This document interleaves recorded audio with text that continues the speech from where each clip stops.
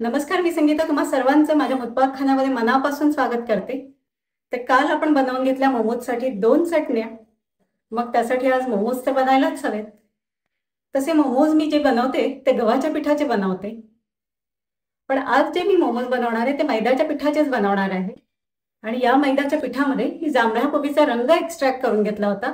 तो जांभळ्या कोबीचा रंगही घालणार आहे. अशी आपण जांभळी कोबी शक्यतो खायला जात नाही, पण मोमोज आणि डम्पलिंग्समध्ये जांभळी कोबी खायला छान लागते. चला बघूया मोमोजची रेसिपी. मोमोज बनवण्यासाठी मी इथे 2 कप बारीक चिरलेला कोबी घेतलाय. कोबी तुम्ही फूड प्रोसेसरमधून बारीक चिरून घेऊ शकता किंवा तुम्ही जाड किसणीवरती किसून घेऊ शकता. 1 ते 1.5 कप बारीक किसून घेतलेलं गाजर घेतलंय. माझ्याकडे खूप थोडा जांभळा कोबी होता. अगदी पाव कप इतका जांभळा कोबी होता, तो मी घेतलाय.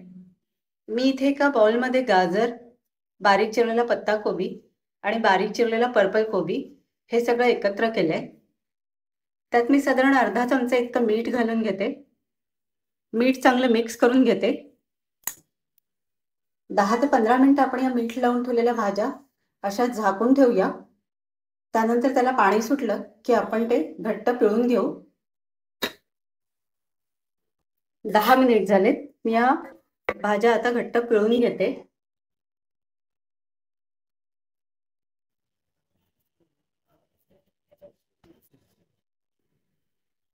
कोबी आणि गाजरचं भरपूर सारं पाणी आता निघून आलंय. हे पाणी आपण गाळून घेऊ. ते पाणी आपण दुसऱ्या परोठ्यांना वगैरे वापरू शकतो किंवा याच पाण्याने आपण मोमोजसाठी लागणारा मैदाही भिजवून घेऊ शकतो. मी हे पाणी परोठ्यांसाठी वापरणार आहे, मोमोजमध्ये घालणार नाही आहे. कारण मोमोजचं कवर बनवण्यासाठी यावेळी मी जांभळ्या कोबीचा ज्यूस काढून घेतलाय. या पिळून घेतलेल्या भाज्यांमध्ये मी अगदी थोडं मीठ घालणार आहे, कारण याआधी आपण या भाज्यांमध्ये थोडं मीठ घातलेलं होतं. तुम्ही तुमच्या चवीप्रमाणे मीठ घालून घ्या.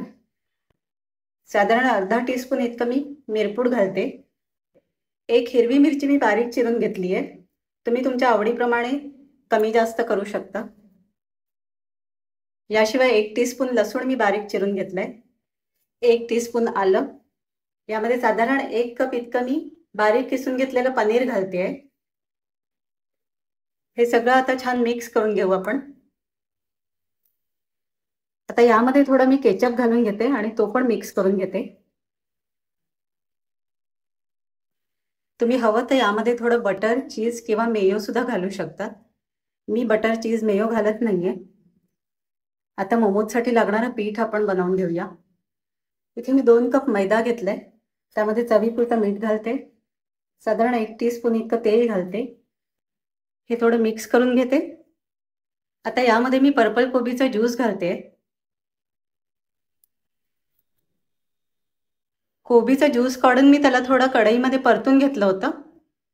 एक रंगांचा व्हिडिओ मी टाकलाय, त्यामध्ये जांभळ्या कोबीचा कलर कसा एक्स्ट्रॅक्ट केला होता ते मी दाखवलं होतं आणि तेव्हा हेही सांगितलं होतं की जांभळ्या कोबीचा कलर आपण मिठाईमध्ये वापरायचा नाहीये, तो आपण दुसऱ्या पराठ्यांमध्ये किंवा मोमोजमध्ये वगैरे वापरू शकतो.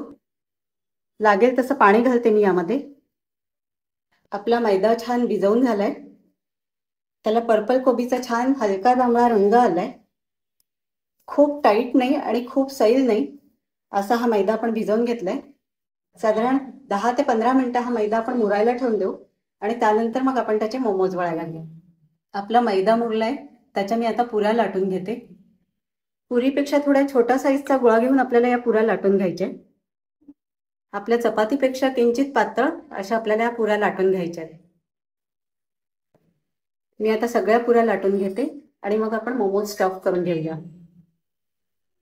आता पुऱ्या आपल्या लाटून झाल्यात. एक एक करून आपण भरून घेऊया. पुऱ्या लाटल्यानंतर एक गोष्ट लक्षात ठेवा की त्या लाटून झाल्या की एकावर एक ठेवू नका, कारण पुऱ्या एकमेकांना चिपकू शकतात. त्यामुळे त्या अशा सुट्या सुट्याच ठेवा. आता आपण एक पुरी घेतली, त्याला मी सेंटरला 1 चमचाभर इतकं सारण घालते.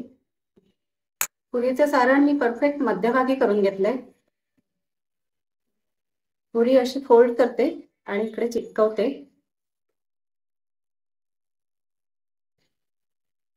एका साईडने मी याला लीड घालून घेते पुरीच्या. असंच दुसऱ्या साईडनेही मी प्लेट घालून घेते. मोमोला या साईडने पण आणि उलट बाजूने पण प्लेट्स आल्यात. अर्धी साईड प्लेन आहे. तुम्हाला हवा तसा शेप थोडा हाताने फिरवून घ्या. हा एक शेप तुम्ही देऊ शकतात.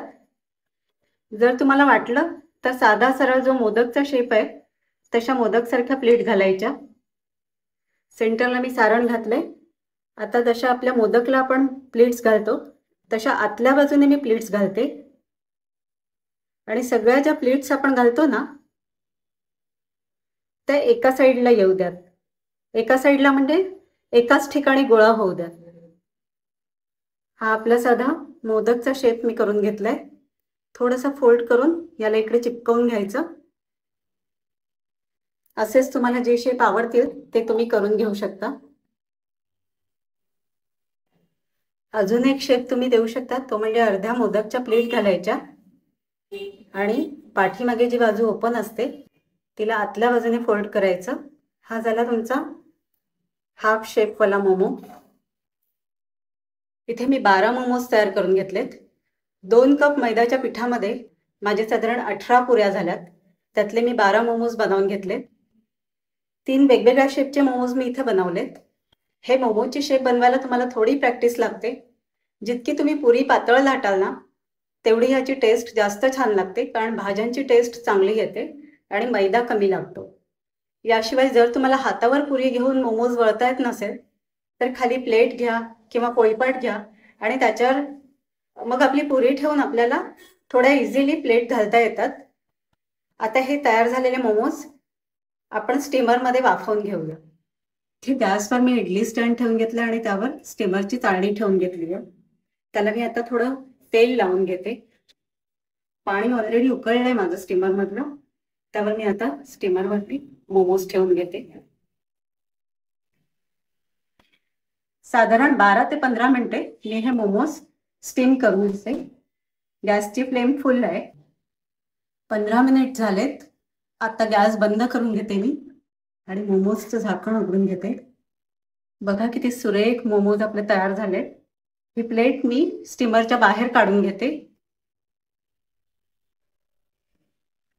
मोमोज गार झाले की मग आपण ते प्लेटमध्ये सर्व करूया. मोमोज सर्व करून घेऊया. मोमोज खूप इझिली निघतायत आपले.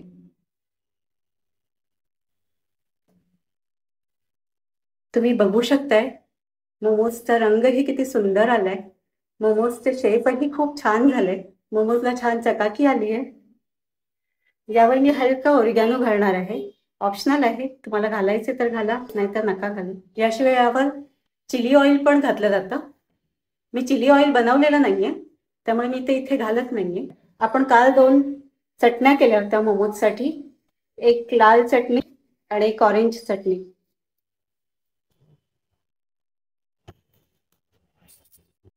मस्तपैकी या चटण्यांसोबत आपण मोमोजवरती ताव मारूया. आपले मस्त असे मोमोज तयार आहेत. तुम्हाला जर मोमोजची रेसिपी आवडली असेल तर व्हिडिओला लाईक करा, शेअर करा आणि माझ्या चॅनलला सबस्क्राईब करा. मी जाते मोमोज खायला, तुम्ही जा मोमोज बनवायला. धन्यवाद.